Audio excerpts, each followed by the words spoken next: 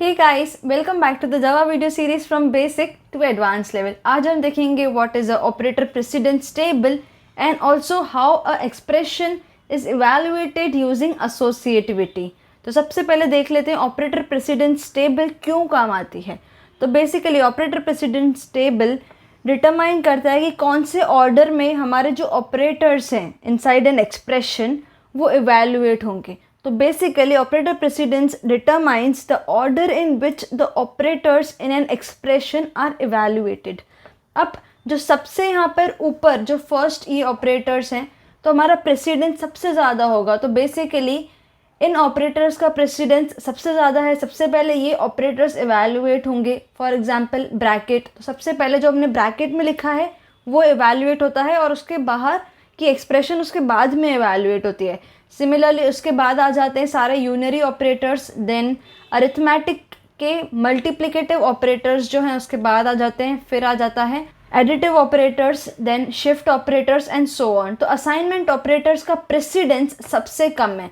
तो precedence wise if you can say it goes like this. तो सबसे ऊपर के फर्स्ट रो की हाईएस्ट प्रेसिडेंस है and then so on, and precedence कम होती जाती है इवेंचुअली।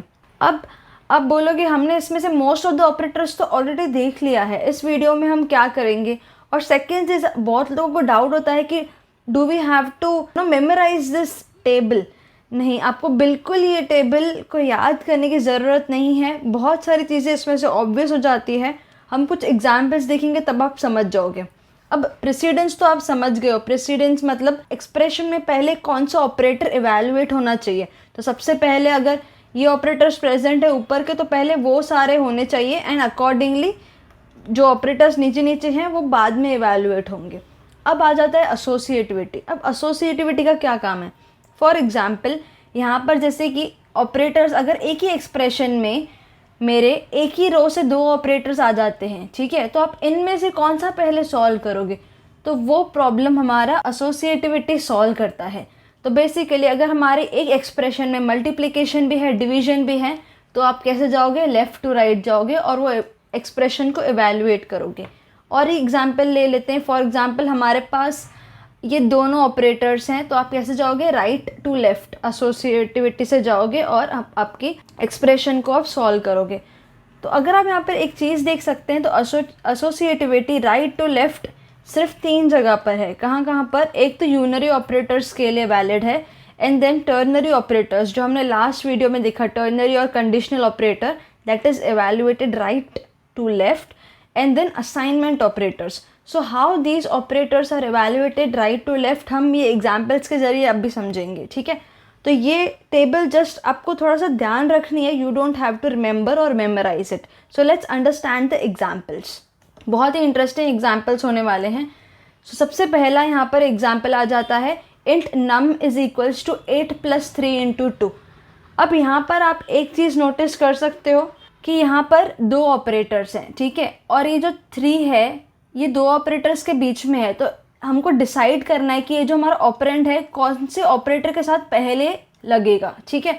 तो अभी आपको पता है, हमने ऑलरेडी टेबल में देख लिया, पहले आ जाता है मल्टीप्लिकेशन वाले ऑपरेटर्स जो होते हैं सारे, उसके बाद आ जाते हैं एडिशन वाले, ठीक है। तो यहाँ पर पहले मल्टीप्लिकेशन वाला ऑपरेटर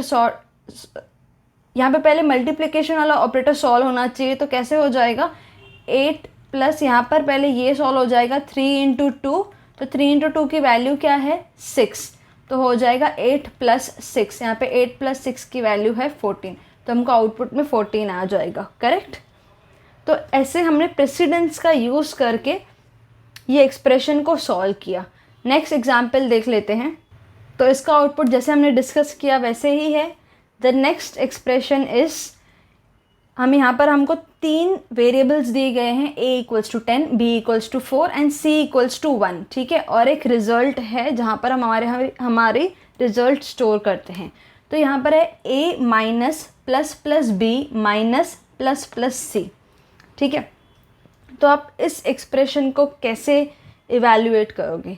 आपको पता है यूनरी ऑपरेटर्स का प्रेसिडेंस ऊपर है टेबल में compare to the plus and minus जो हमारे एडिटिव ऑपरेटर्स हैं, राइट। तो इसलिए सबसे पहले जो सॉल्व होंगे वो है यूनरी ऑपरेटर्स। तो ये एक्सप्रेशन हम ऐसे भी लिख सकते हैं, a minus plus plus B minus plus plus C. तो प्लस प्लस बी इवैल्यूएट होकर यहाँ पर हो जाएगा 5, प्लस प्लस सी इवैल्यूएट हो जाएगा और यहाँ पर हो जाएगा 2। और आपको ये भी ध्यान रखने की ज़रूरत है कि यहाँ पर हमारे पास 2 यूनरी ऑपरेटर्स है, और यूनरी ऑपरेटर्स कैसे, एसोसिएटिविटी क्या है यूनरी ऑपरेटर्स की, राइट टू लेफ्ट। तो पहले प्लस प्लस सी की वैल्यू हो जाएगी 2, यहाँ पर प्लस प्लस बी की वैल्यू 5 हो जाएगी। Now then 10 minus 5 minus 2। अब पहले 10 माइनस 5 सॉल्व होगा क्योंकि माइनस की associativity is left to right. तो पहले 10 माइनस 5 सॉल्व होगा तो आएगा 5, देन 5 माइनस 2 इज़ 3। ठीक है, तो यहाँ पर हमारा आउटपुट में आ जाएगा 3। ठीक है, अब थोड़ा सा इस एक्सप्रेशन को ट्विस्ट करते हैं। हमारे पास है let's say a minus plus plus B minus C plus plus. ठीक है, अब हमारे पास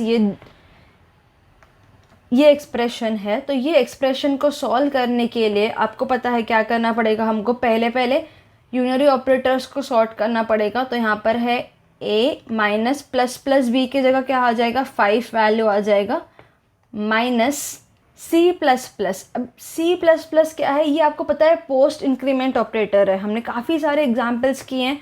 तो पोस्ट इंक्रीमेंट ऑपरेटर क्या करेगा, पहले वैल्यू असाइन कर देगा देन इंक्रीमेंट करेगा। तो पहले वैल्यू यहाँ पर असाइन हो जाएगी, वैल्यू क्या है सी की 1, यहाँ पर असाइन हो जाएगी, बाद में सी इंक्रीमेंट हो जाएगा टू 2। ठीक है, बट इस एक्सप्रेशन में 1 ही यूज़ होगा। तो यहाँ पे a के जगह 10 आ जाएगा, 10 माइनस 5 माइनस 1। तो 10 minus 5 is 5, then minus 1 which is nothing but 4। तो यहाँ पर हमको रिजल्ट में 4 आ जाएगा। ठीक है, तो अभी आप समझ गए हो कि कैसे प्रेसिडेंस वर्क करता है। ठीक है, एसोसिएटिविटी का भी और एक एग्जाम्पल हम ले लेते हैं। जैसे कि हमने डिस्कस किया था output is 3 and then the next example is int a is equals to b is equals to c equals to 1। तो आप बोल के ये तो बहुत सिंपल एग्जाम्पल है, बट यहाँ पर सबसे ज़्यादा इंपॉर्टेंट चीज़ मुझे आपको बतानी है जो कि असाइनमेंट ऑपरेटर। मैंने आपको बताया असाइनमेंट ऑपरेटर की associativity is right to left. ठीक है, तो यहाँ पर क्या होता है, सबसे पहले ये 1 असाइन होगा c को। ठीक है, फिर ये c की वैल्यू है वो b को असाइन होगी, फिर b की वैल्यू है फिर a को असाइन होगी। ठीक है, तो यहाँ पर क्या हो रहा है, जो असाइनमेंट जारी है वो जारी है राइट टू लेफ्ट।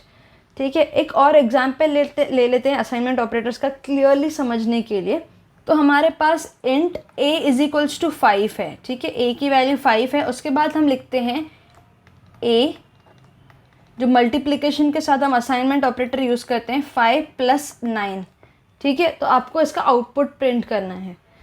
तो आप बोलोगे हमारे पास ये ऑपरेटर है, should we apply operator with this first and then add the value to that output, और should we first add 5 plus 9 and उसके बाद हम a इंटू जो ये वैल्यू होगी उसके साथ मल्टीप्लाई करेंगे।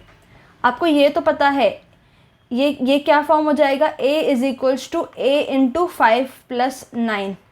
बट यहाँ पर एक चीज़ नोटिस करने जैसी है कि आप पहले इसको मल्टीप्लाई नहीं करोगे, क्योंकि यहाँ पर हम असाइनमेंट ऑपरेटर्स का यूज़ कर रहे हैं। असाइनमेंट ऑपरेटर्स की एसोसिएटिविटी है राइट टू लेफ़्ट, मतलब एक एक्सप्रेशन इवैल्यूएट होगी फ्रॉम राइट टू लेफ़्ट। तो राइट टू लेफ़्ट जाने के लिए हमको पहले 5 प्लस 9 की वैल्यू निकालनी है जो कि है 14।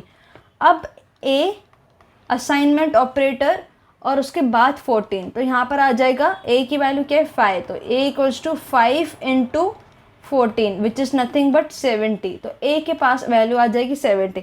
अब समझ रहे हो असाइनमेंट ऑपरेटर से कितना डिफरेंस आ जाता है वैल्यू में। अगर हम यही एक्सप्रेशन ऐसे लिखेंगे कि a इंटू 5 प्लस 9, तो ऑब्वियसली पहले a इंटू 5 इवैल्यूएट होगा एंड देन ये वैल्यू प्लस 9 होगी।